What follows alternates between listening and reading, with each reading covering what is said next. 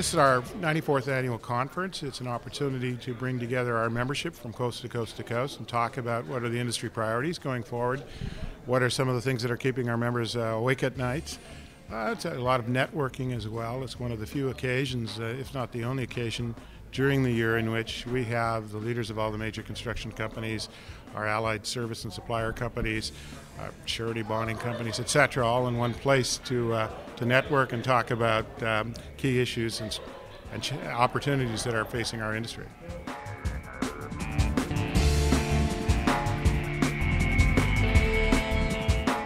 Going forward, there's a number of key national issues that our association continues to work very vigorously on. One is working with the federal government, groups like the Federation of Canadian Municipalities and other stakeholders, in ensuring the development of the next long-term infrastructure plan that's going to succeed the current Building Canada Fund that runs out in March of 2014.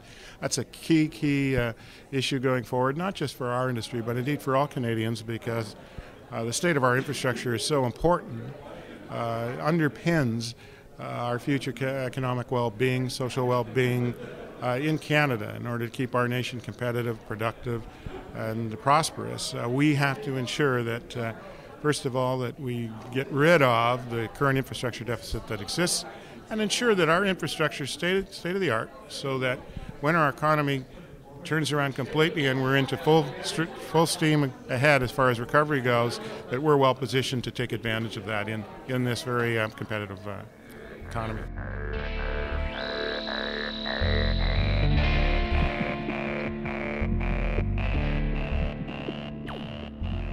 We've had a new strategic plan that we brought in. We're in the second year of that. We've reorganized a lot of our own internal structure, including our committees.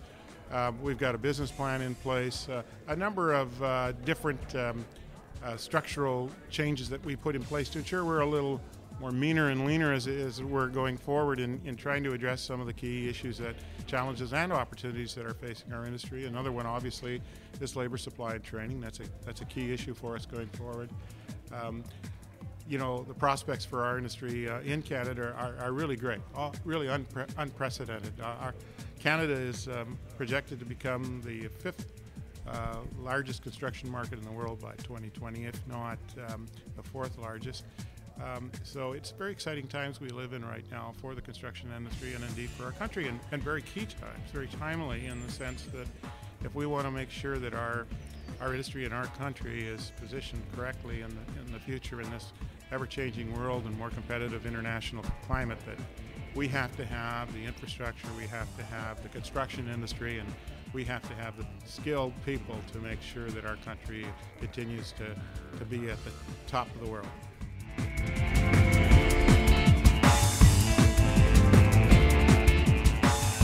We have a pretty good pulse on what's important in terms of national issues. We have what we call our annual CCA tour, where the elected chair of our board of directors, and usually myself or other senior individuals on staff or with our executive committee, try and go to every region of the country during the one-year term that our chair has, and to meet with our local regional and provincial partner associations to hear firsthand from our members in all areas of the country on what is keeping them awake at night. So we have a pretty good hand on that as well. We have a council and committee structure where issues and trends and concerns rise to the fore. So going forward, I think we've got a pretty good finger on the pulse, as it were. In fact, 2010 we held the first ever non-residential construction industry summit, in which we brought over 100 people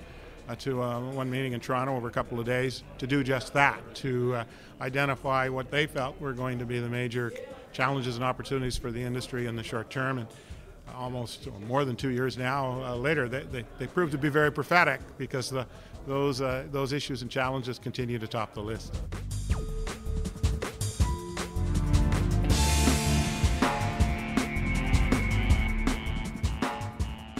It's all well and good to put on structured sessions with agendas and speakers, but I truly believe that our industry, like many industries, you learn more from the networking and meeting colleagues and peers and individuals who are facing the same challenges and opportunities that you face every day in your neighborhood.